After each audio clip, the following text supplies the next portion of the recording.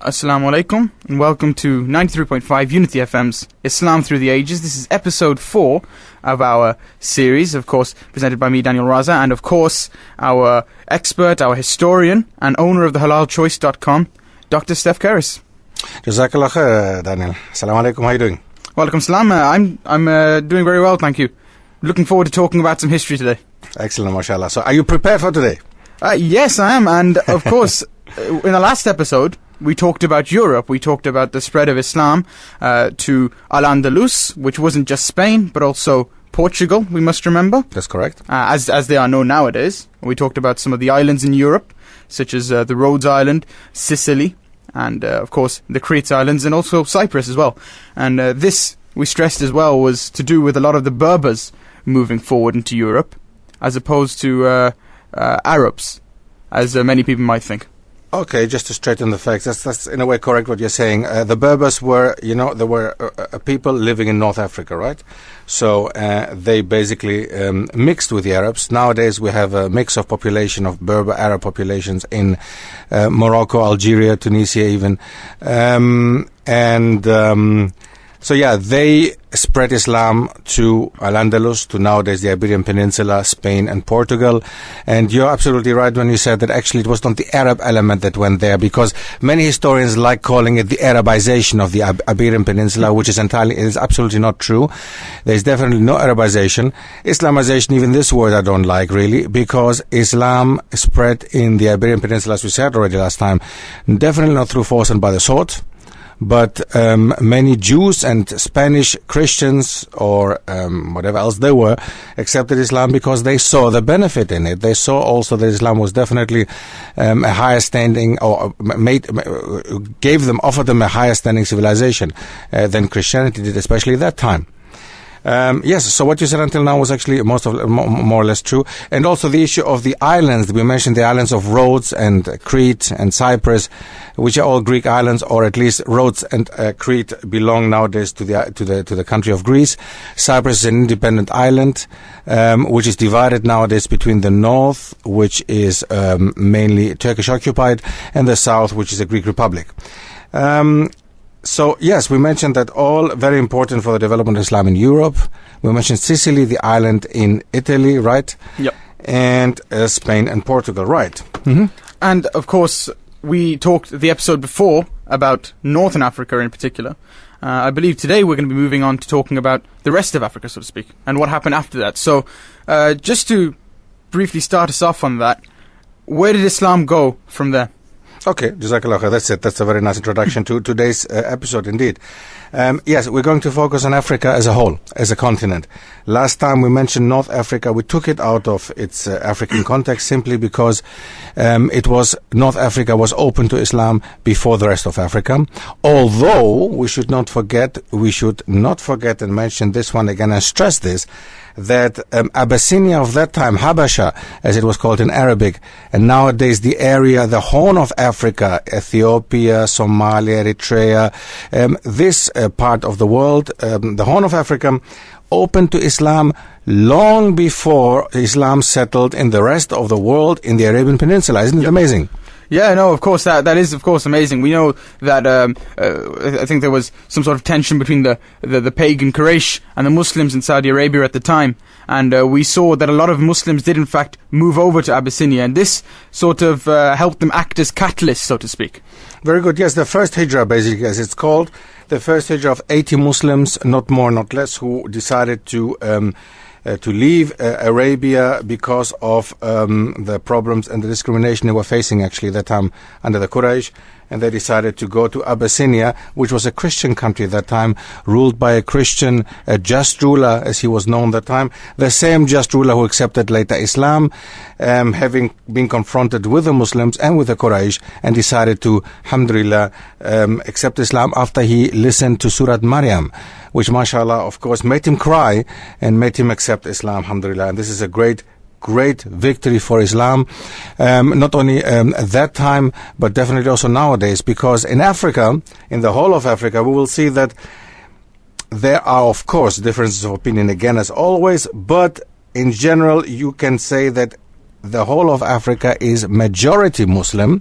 So Africa can be classified as a continent for Islam, as it is classified many times and often, the green continent, the continent for the Muslims, or the Islamic continent rather than any other continent, although the majority of Muslims in the world live in Asia, simply because of the massive populations in Asia, India, Pakistan, Bangladesh. These are massive populations over there. You cannot compete with Africa, but Africa as a continent has actually a majority Muslim population. According to the Encyclopedia Britannica, which I found recently, they say that in the last census that they made, in the year 2002, there were 376 million, a little bit more than 376 million Christians in Africa, whereas just 329, more than 329 million Muslims. 98 million were following traditional religions in Africa. The problem with this census is, as we all recognize, even the sources themselves, the problem is that in Africa, and not only but in Africa, a lot of Islam is also mixed up with traditional religions, and Christianity is mixed up with traditional religions. So it's a question if these nearly 100 million people they have as traditional, the traditional followers of traditional religions in Africa, if they are not also, if they do have an Islamic touch to it or a Christian touch to it. That's always difficult to say. It's also very hard to conduct a census as well. We have to imagine that this is as though we're counting every single person in Africa. And True, of course, maybe we'll get a more accurate one in 2013.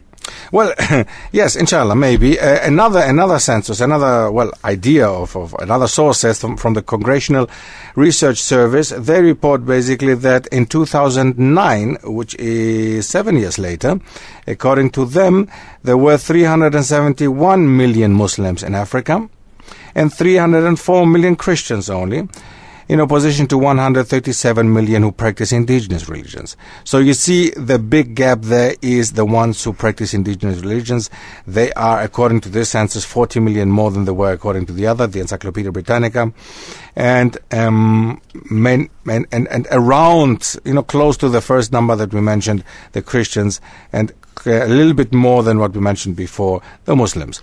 Again, difficult really. And just to make a point here, I'm not mentioning the numbers here to take pride on it or look how many Muslims we are. It is not about quantity, but about quality. Now, even if we have 10 Muslims on this planet, if these 10 Muslims are real Muslims, mashallah, and Muslims who practice their deen properly, then it doesn't matter if there are 10, very soon they will become more.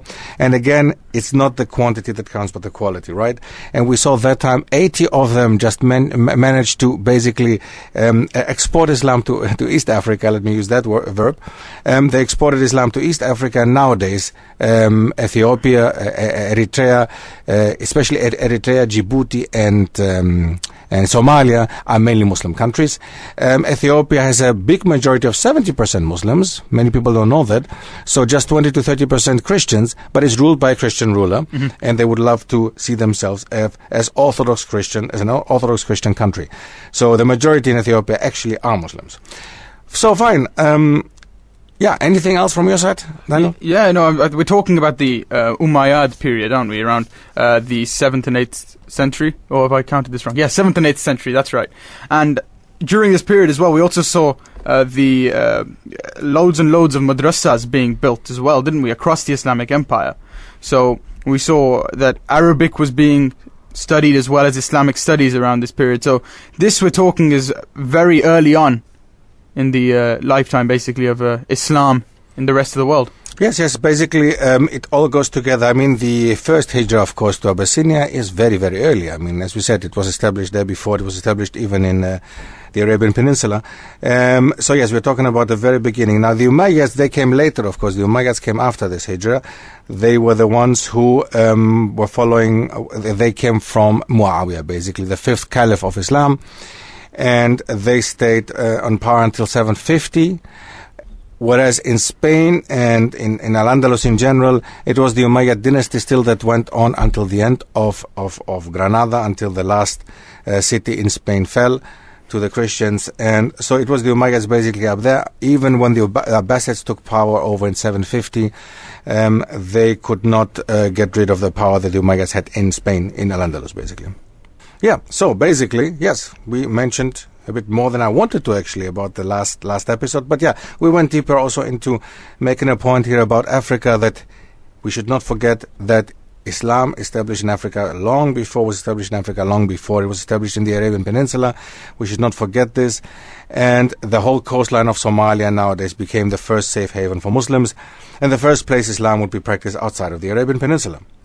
Now, within 2 generations only, Islam had expanded across North Africa and all of the central Maghreb.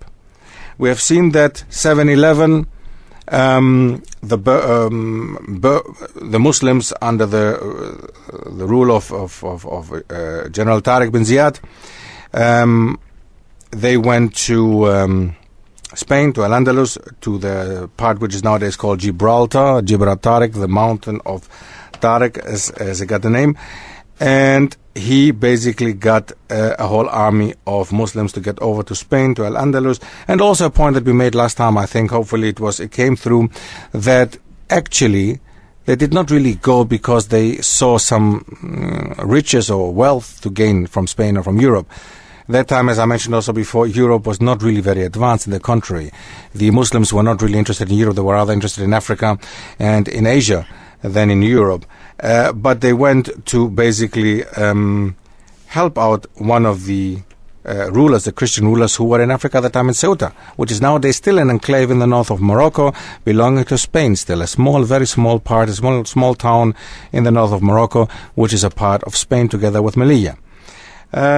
So that's why they went to Spain. Of course, I don't want to make it seem as if they didn't go because they didn't feel like gaining more land. Of course not. I'm not saying that. But of course, they wanted to spread Islam, and of course, they wanted to get as much as they can, and of course, they wanted to spread the Islamic empire further. No doubt about it. But the main reason was actually they were invited by one of the rulers, the brother of the ruler of Spain, who actually wanted his throne. Right? We mentioned this one too. Okay. Now, that all under the that all at the beginning, the Umayyad rules, as we said, until 750. Now, what happened in between? Actually, what about the rest of Africa? Now, what about West Africa? What about East Africa? What about the center? And what about the south of Africa, Southern Africa? Now, if we look at West Africa, any countries that you know there, Daniel? It's say Mali, I suppose. Okay. Yeah. Yes. West Africa. Yeah. Nigeria, Ghana. Yeah. Nigeria, Ghana, right. All Timbuktu, these Timbuktu is in Mali, actually. It's a city in Mali, right? Oh, yeah. Timbuktu is going to play a big role for the Muslims. Absolutely true. You're right. Timbuktu was a very big center, intellectual center, for the big Malian Empire at that time. And the Malian Empire was not just as we know nowadays Mali, as we said before. Nations and countries at that time did not have the same borders that they have nowadays, of course. And the Malian Empire was even going into Senegal, was even going into deeper areas than it is nowadays in Mali just. It was not just within the area of Mali nowadays. And yeah, Timbuktu, a very important city in Africa, in Islamic Africa. Until nowadays, we can find old sources there, old books, the library there, which plays an important role for the Muslim Ummah. We can find extremely old books, and not only in Arabic, by the way. It's very important to know that the books that can be found still in the library of in Timbuktu, the old documents there, are written even in Greek, in ancient Greek, or in Latin, even some documents in German and in other languages. So it is a treasure that we have there. And as far as I read shortly before I came, actually, I read that there is at this moment some money that is spent in Mali. As we know, Mali has been was in a civil war, or is still actually in war, and the French went down there to help again, as they always love doing in Africa, and they went also to Timbuktu, of course. And as far as we know, paper and documents were lying on the ground all over the library and not taken care of at all, according to the sources that I read, according even to the BBC News. And now I heard that Saudi Arabia has actually spent a lot of money to put the documents into to put them in the computer, basically to document them digital, basically. Yeah. So that's the idea as far as I read, as far as the information goes about Timbuktu and Mali. But about Mali, also something important. I mean, seeing that we are mentioning Mali already, any ruler that you know from Mali who played an important role? Musa? Yes, Mansa Musa, right? What Yep. do you know about him? I know that he traveled the world. I think he was probably one of the most well-traveled men of his time period. Probably the most traveled. Well, you know, his idea was not to travel the world. He didn't really travel the world. He was actually on his way to Mecca. He was making Hajj. Yeah. He was going to make Hajj, and he passed from Mali all the way to North Africa, Egypt, of course, in order to end up somewhere in Mecca. Now, he was one of the richest men in his time. There's no doubt about it.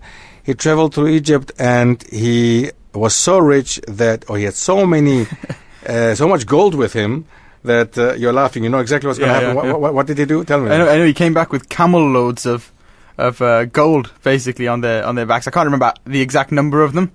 But, neither do I know. But what we know is that simply he was camel full of gold, indeed, and his people were wearing silk and God knows whatever. I mean, it must have been an amazing view. I mean, to see these people traveling from Mali through to Egypt. It went that far that they basically destroyed the economic system of Egypt.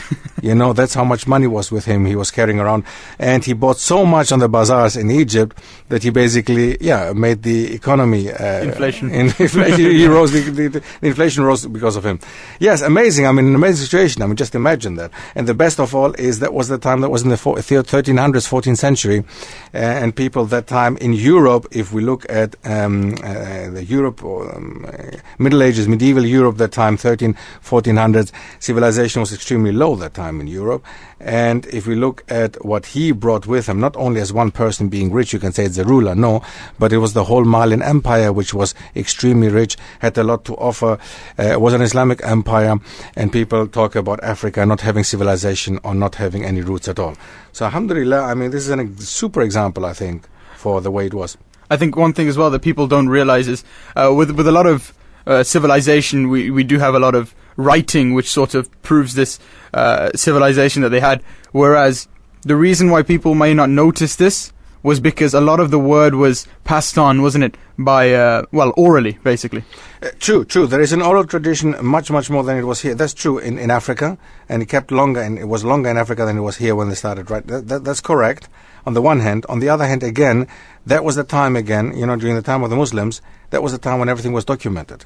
So documents existed in the 1300s, 1400s. I mean, no doubt about it. The time that it was Islam spread in Africa, it was spread. You know, you could clearly see the Quran in writing. You could see the books were spread. So yes, the oral tradition was there mainly for the tribal oral tradition was there. That's correct. That's really true what you're saying. And indeed, that's why sometimes we might not have sources about certain peoples. You know, there are quite some peoples living in Africa, different nations, different civilizations, no doubt about it, and even Muslim peoples who did not document a lot of their culture and civilization. That's absolutely true. But also, I think there's a lot of racism in there. I mean, we should not forget that in Europe, not only in the UK, but in general in Europe, there is an idea of the black man being nothing else but a slave. And although, by the way, now an important point to mention is slave. Do you know where the word slave comes from? Right? No, I don't actually. Doesn't ring a bell anything like Slavic people, Slavs? Yeah, no, I was just sort of drawing that in my head, but I'm not sure if that has any sort of relevance. The Balkan, you know, I mean, nowadays Balkan countries, most of the people living there, Eastern Europe and Balkan, these are Slavic people. Okay. And the word slave comes from Slav, being a person from that area speaking a Slavic language. Why? Because the ancient Greeks, for example, in Europe, who were the first European civilization, they used to use slaves from that area, blonde, blue-eyed, tall Slavic people and Eastern European people as their slaves. They preferred them to anybody else. It was not a color thing. It was not something they also had black slaves, but it was blonde, blue-eyed, tall people, you know, from Eastern Europe. And that's where the word slave comes from Slav, basically, the Slavic people. Amazing, isn't it, what we learn? MashaAllah. Language works in Yes, funny ways. Isn't it is indeed. I mean, mashallah, you're absolutely true. I mean, next to my passion for history, I'm also a linguist, and I studied Spanish and French also at the university. And I remember that we were trying to draw a comparison between the Romance languages, they're called, Spanish, French, Italian, and the Germanic languages like English and German and Scandinavian and Dutch. And you can see a lot of similarities, especially the ones that, of course, have the same root, like from ancient Greek and Latin. And it is really amazing to see. I mean, without language, or language indicates culture. It's really great, fantastic. I mean, you will see the Spanish language, for example, has more than 6,000 Arabic words. They're not used as they were used before. I mean, we don't have that many. It's not a normal everyday or daily vocabulary that is used nowadays as it was used, of course, that time. But 6,000 Arabic words, there is no other European language that has this, simply because of the connection, of course, between Spain, Al-Andalus that time, and even Portuguese, of course, Portugal, and the Arab world and the Muslim world. So it's amazing. I mean, things like, for example, the Spanish use ojalá. Okay, something like inshallah, basically. Ojalá, they use Allah in their in the language. So ojalá means something like inshallah in Spanish. Okay, ojalá, if God wills, or so God wills. So basically, they use it in their language in Spanish. It does exist. Yes. Now, shortly before the break. Now, where did we get stuck? Let me just come back. Remind me, Daniel, where did we get stuck? We were talking about Mansa Musa. We're talking about west of Africa. Very good. West Africa, Mansa Musa. How did Islam spread to West Africa? By sword, right? Wrong. Okay, very good, Daniel. Why? Well, what we know is there was a lot of trade routes between the Arabs, of course, and the west of Africa. And we know that there was a lot of merchants that would have communicated to each other. And actually, it was these peaceful merchants that I like using the word catalyzed the spread of Islam to these regions. And a lot of people basically accepted Islam after, knowing these people. Very true, exactly. I mean, first of all, we have to see again, Islam was not spread by the sword, as people love saying, especially in the West. They love making people believe that it was spread by the sword. No, it was spread through merchants and tradespeople, especially now North Africans, as we saw before. We saw in the last episode that North Africans, especially the Berbers, accepted Islam after a long period of time. They accepted Islam towards the beginning of the 8th century, 700, 705, 710. And they were also the carriers of Islam later. They were the ones who carried Islam further into Al-Andalus, as we said, to the north, basically, for them, but also to the south, sub-Saharan Africa. In that case, we're talking about West Africa. Yes, indeed, a lot of these merchants went down to West Africa. Arabs and Berbers alike went down to West Africa.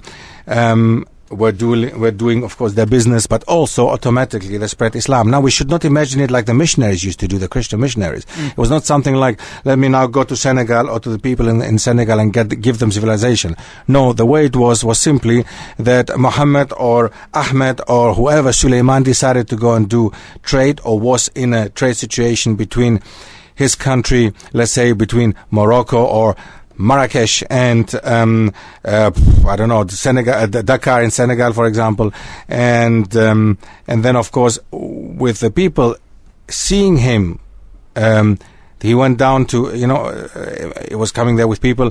They needed somewhere, a place to pray. They saw them making salah. And they got intrigued. I was like, what is that? What are you doing there, people? So they explained to them Islam. They did not go to missionarize these people down there. So this is a very, very important factor, I think. And mashallah, the people in West Africa, as well as in East Africa, and we will speak about East Africa as well, but in West Africa, people accepted Islam quite easily and quickly. In West Africa, we will see the spread of Islam in such a way that basically it goes all over it. We can find Muslims as a majority in countries like Senegal, Gambia, no doubt about it, Muslim countries, 97-98% Muslim population, but also in countries like Ghana, okay, which the majority is non-Muslim, but still a very, very big minority of Muslims. Ghana played an important role as well. Nigeria, as we know, Nigeria is kind of divided like Sudan used to be. The Muslim north and the non-Muslim south. So in a way, we have these problems there as well. They like throwing oil in the fire there. what it is Nigeria is basically there was never a problem between Christians and Muslims in Africa. Nowadays it seems to become a bigger problem simply because of political reasons and support by certain governments, of course. Now, if one thing that I would like to mention also before we go over to the break, we're very close to the break, Daniel, in the 16th century, the Wadai Empire and the Kingdom of Kano embraced Islam, which is all in West Africa. And later, towards the 18th century, the Nigeria-based Sokoto Caliphate, led by Usman Danfodio, was responsible for the further spread of Islam. Look how late. We're talking about the 18th century. That time, the Europeans were spreading already. They had already colonies in South America. Basically, South America was already the South American Spanish-speaking countries, and Brazil were independent, actually, already that time, or were going towards independence. And in Africa, we still see that Islam is spreading. Okay? And one important thing also, there were many countries in Africa, in sub-Saharan Africa, which were first Muslim as a majority, until they nowadays maybe have a 50-50 or a majority Christian population. For example, Malawi, which is not West Africa but rather East Africa, and in Malawi it's known, and I have documents for that, Malawi used to be a Muslim country, whereas nowadays the Muslims are just 15 to 20% in Malawi. So it's unimaginable, unacceptable actually, the things that have developed there simply because of colonialism, also because of no education basically within the Muslim masses in Africa, and we have this problem still nowadays. But I think we have to move over to the break, inshallah, and after the break we'll definitely go deeper into East Africa and we'll see some more interesting facts about Islam and the spread of Islam in Africa. Assalamu alaikum wa rahmatullah.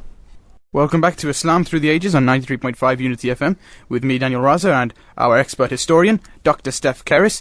Now, before the break, we were talking about West Africa and, of course, the spread of Islam within the whole continent, basically. And we're going to be moving on to East Africa now, I believe. Jazakallah khair, Daniel. Yes, indeed. West Africa was mentioned. We spoke about countries like Nigeria, which are majority Muslims nowadays, Senegal, Gambia, even Ghana, which played an important role as an empire at that time. And the Muslims, of course, were the ones who made the empire the way it was. Now, we mentioned Mali, important, of course, very important. We mentioned North Africa, the trade route from North Africa down to sub-Saharan Africa. We saw that Islam was carried on from North Africa down to sub-Saharan Africa through the trade route, actually, and we saw that it was merchants who took Islam down, and people accepted Islam simply because of the practice of people practicing Islam, mashallah. And I think that's a good example for us living in the West, especially us here in Europe and in America. I think it's quite important to realize that it is very important to practice Islam, first of all, because before we preach it. So let's practice what we preach, basically, you know. Yeah. And many of us don't do that, unfortunately. Many of the Muslims do not do that, and I think that's a very good example if we look back to history, how our Muslim brothers and sisters actually at that time gave through Islam without having to open even their mouths. Okay, mashallah, and this is a super example, I think, and Africa is a very good example for that. Again, as we mentioned, Islam was introduced into Africa well before the faith even took root in its own place of origin in the Arabian Peninsula, as we mentioned, we keep mentioning, and we have to mention this because we're moving on to East Africa now. East Africa, countries like Tanzania, Uganda, Kenya, these are countries basically that were in contact with Arabs and Arab traders long before Islam arrived in Arabia and before the Muslims actually went out. So there was already trade relationships between East Africans, especially the island of Zanzibar, as it's known. Zanzibar is quite known, I think. Do you know anything about Zanzibar? Zanzibar, yes. It's still around as a city, basically, isn't it? It's an island. It's an island. Island, yeah. Okay, it's an island which belongs to Tanzania. Yeah. Okay, and Tanzania used to be, of course, not as we know it nowadays, a country, but the whole East African area used to be different tribes and different nations. And Christianity had not really spread a lot around there. I mean, Christianity was in Ethiopia present at the time, and we know Ethiopia as being the Christian country, actually, going into Egypt and into areas of Sudan. But East Africa, going to the north, basically. But East Africa itself, like countries like Tanzania, like Kenya, Uganda. By the way, do you know the airport in Uganda? Do you know what it's called?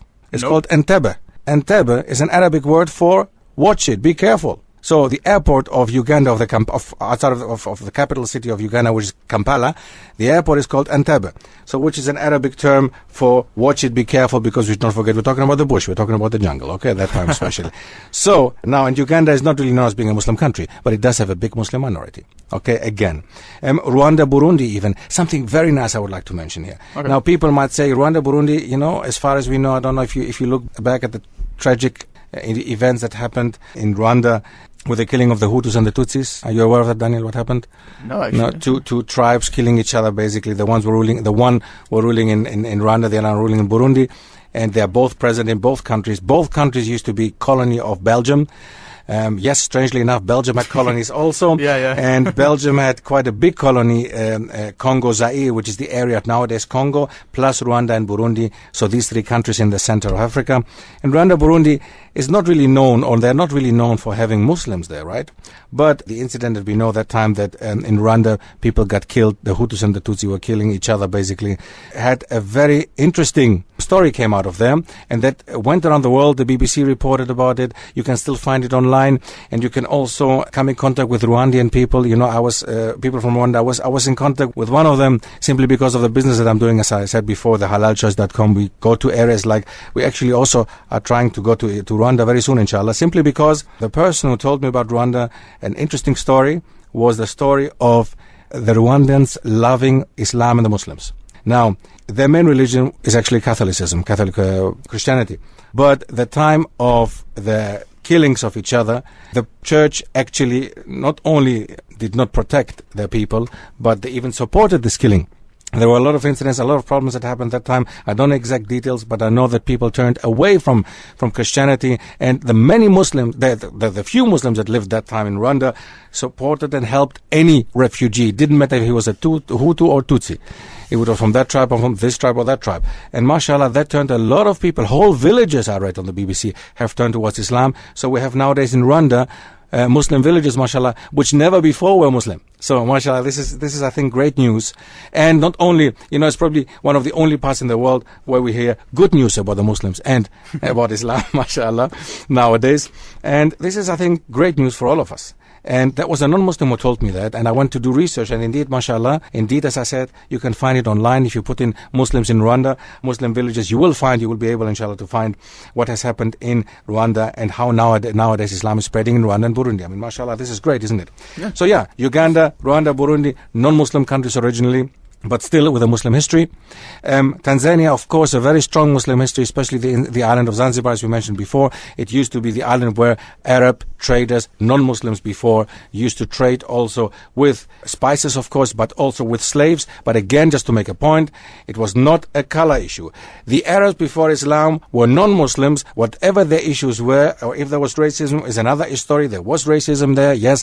But when they accepted Islam, things changed. The slavery issue in Islam exists. We do have slaves within the system of Islam, but it's not a color-based issue. It's not that I have a slave because he's black. No, I have a slave for some other reasons, because of war, and you take prisoners of war. They have many, many issues that you can see that Islam basically accepts slavery as a point of, or as a part of society. But not in the way that we understand Islam now, slavery nowadays. Slavery that did not mean that you mistreat your slaves. That did not mean that, slaves were second-rank citizens. No, they also played an important role in history, even during the time of Islam, even during the time of Prophet Muhammad sallallahu alaihi wasallam. So there is a totally different attitude towards that. And we have to look at it as well, because also Tanzania basically is a Muslim country, you can say, is majority Muslim.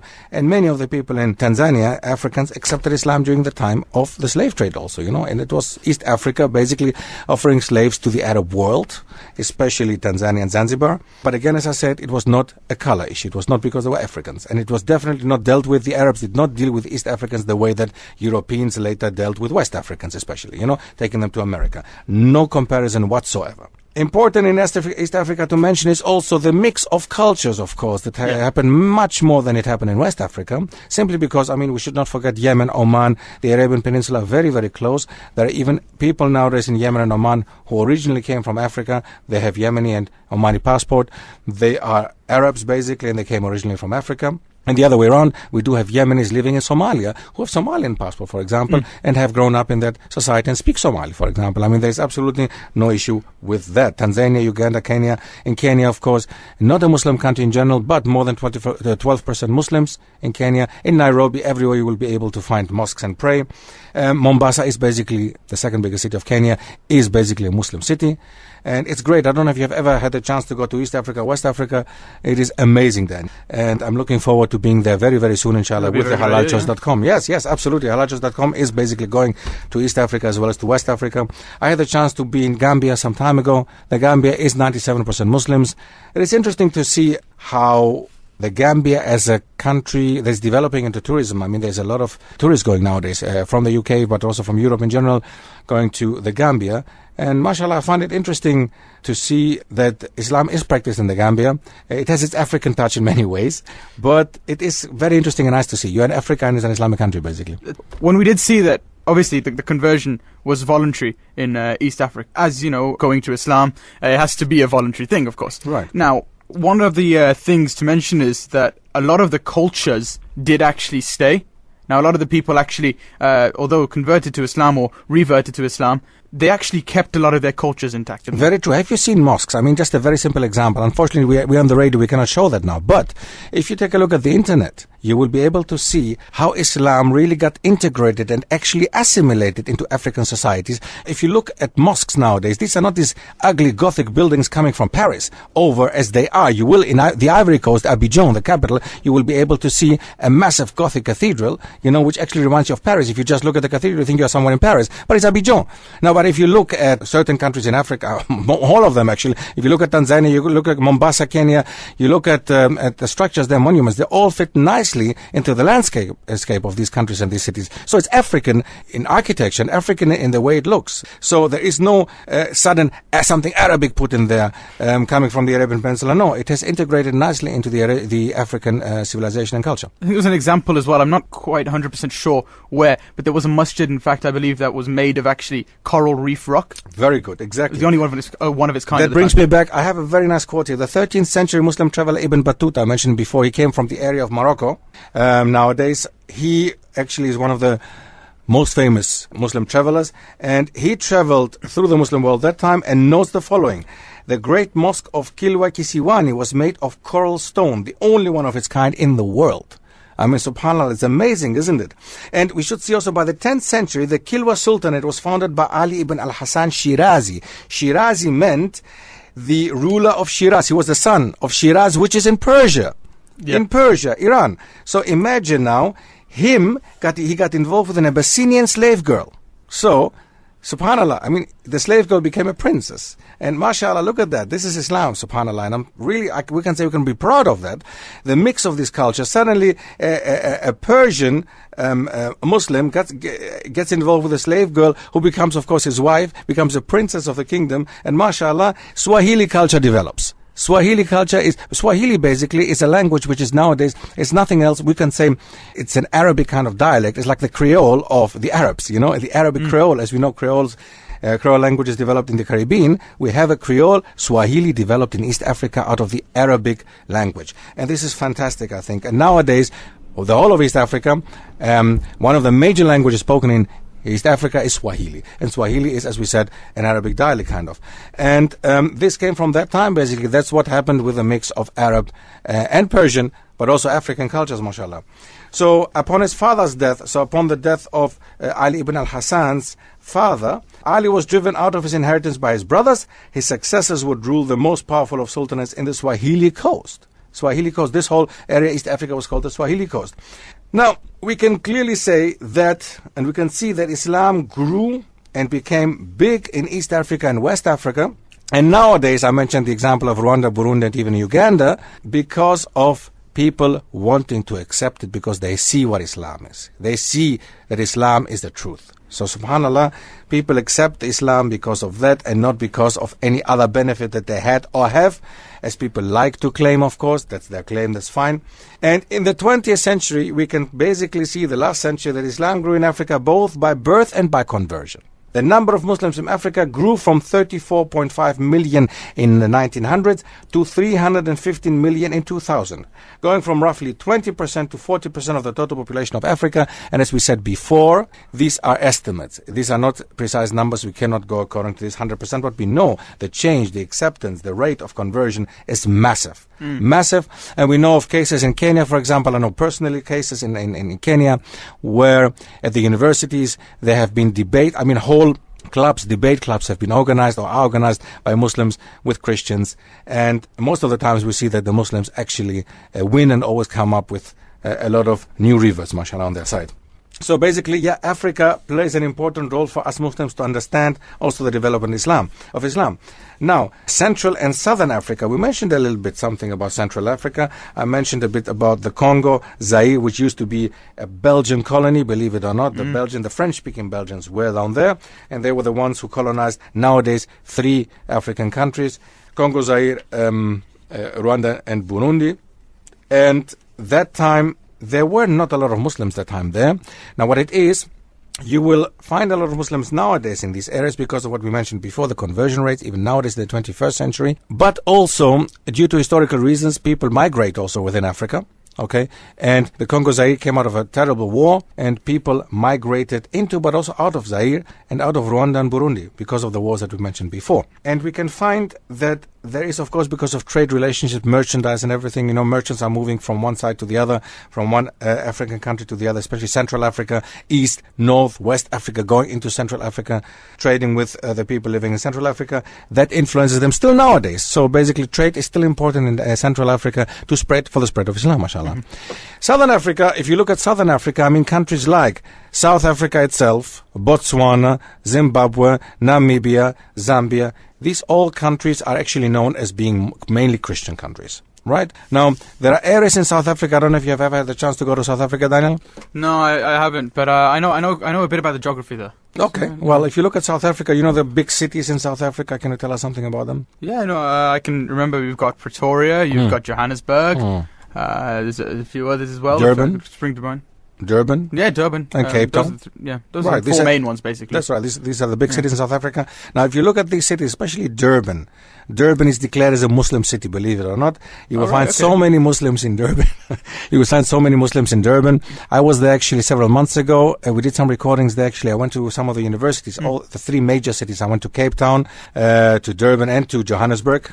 And we had the chance to, did a small tour through it. And mashallah, it was great to see that Islam is carried down there. It's very strong and very stable down in South Africa. But what it is, the Islam that you see nowadays and the people want to see in South Africa is the Islam that came with Indian migrants, basically. Okay, that Indian and Indonesian migrants, right? Especially or Malaysian. In Cape Town, you will find quite a big minority of Malay, Cape Malays as they're called, who, of course, that time were taken over to work there, together with the Indian workers that time. So they brought Islam into the country definitely from their side. But Islam is spreading among the Muslim, the black population, the African population rapidly. And Christianity is losing ground without a doubt in South Africa. I remember in one of my lectures, I had the chance to speak to somebody from Soweto. You know what Soweto, don't you? Soweto. Yeah, Soweto in Johannesburg, basically one of the townships in Johannesburg. No. Well, there are quite some townships out there in South Africa where mainly African black people live. And Soweto is one of the most famous ones, one of the most known ones. And I was told that there are quite a big number of Muslim Africans now there. There are masjids there they have built. And mashallah, there's quite a strong community developing out there. So it's quite interesting to see. And because I myself didn't have the chance, unfortunately, I was not that long there. I was like for a week or something. And as I said, I traveled a little bit from Cape Town to Johannesburg and Durban. And I was from university to university doing some lectures. And I remember that I was so happy to see some African Muslims within the audience. Normally I saw these Indian-looking guys. I was like, where are the Africans? You know, in mashallah, I'm in South Africa. I would like to see some Africans. And the brother was telling me that basically Soweto is known nowadays that Islam is spreading like crazy within Soweto and within South Africa, within the African population, mashallah. So it's not an Indian element anymore. It doesn't carry this Indian touch only with it. Of course, mosques in South Africa in general have this Indian type of structure, but also in the UK you will find a lot of Indian-looking architectural structures and monuments. A lot of people may not know, but I think most people would. A lot of this is influenced by the fact that, the fact that we're only seeing this large rate in conversions or reversions in South Africa now, it's because around 100 years ago or even before that, there was British people there, you've got Dutch people there, and it was all a mixture mainly of white people as well. Well, yes, indeed. I mean, we have quite a mixture, yes. South African society is quite a big, massive mix of people. And yes, they also came with their background, of course. We know the sad history of South Africa, the apartheid background of South Africa, unfortunately. And that, of course, did not support the idea of people mixing, did not support the idea of people taking each other's cultures or understand something from another culture or something. And white people thought, as many of them still think nowadays, that there's something better and superior to people. So this happened in South Africa. I mean, it's a very typical example. And you mentioned the people, the ones who basically influenced, the Europeans who influenced South Africa, were mainly the Dutch and the British. Well, the same in Namibia, basically. Namibia was ruled by South Africa in a way. It was before a German colony, by the way, something interesting to know also, as well as Tanganyika. Tanzania, as it was called Tanganyika, was also a German colony, and the Germans lost their colonies. They had to give them back after the First World War, and the British and the French divided them between themselves. So they made use of the colonies that the Germans had in Africa. And one of them was Tanzania, and the other one Namibia, Togo in West Africa again, and so on. So basically, interesting to see that the development also of these societies and how much more open-minded they've become. And South Africa has become a very open-minded society, mashallah. Definitely towards Islam. Also, Muslims down there are not treated like second-rank citizens. Nowadays, if we look at the influence that Muslims have in South Africa is massive. And Islam is looked upon being something very special in South Africa. And Africans who convert to Islam, who accept Islam, are actually, they're something special in their society, actually. They're not discriminated against or something. I'm not talking about the white people. I'm talking about the Europeans who live there, who consider themselves South Africans. They're Europeans still. They're British and Dutch influence in many ways. Germans, of course. So they, of course, don't look at Islam. They look at Islam the way that people look in Europe at Islam. They're influenced by Europe, of course, and have this idea and fear pretty much for their Christian, European cultural background that they have, that they're losing definitely ground, and South Africa is losing ground. Now, that again, just to make a point here again, that does not mean that Islam has not part in Europe, as we said before.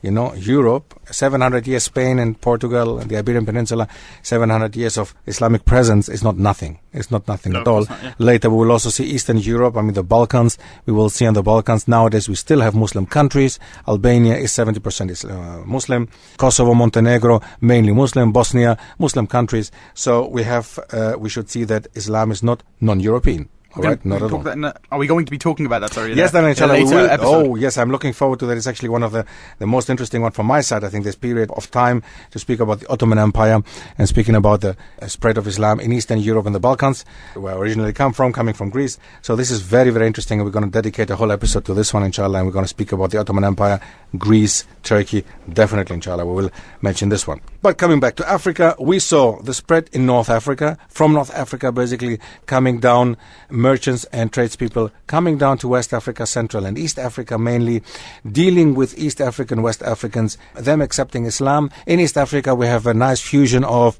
African culture with Arabian culture. It becomes Swahili, the Swahili culture, which is nowadays basically the main language in East Africa, one of the main languages together with English. And we looked at Central Africa and a little bit further going down to the southern part of Africa.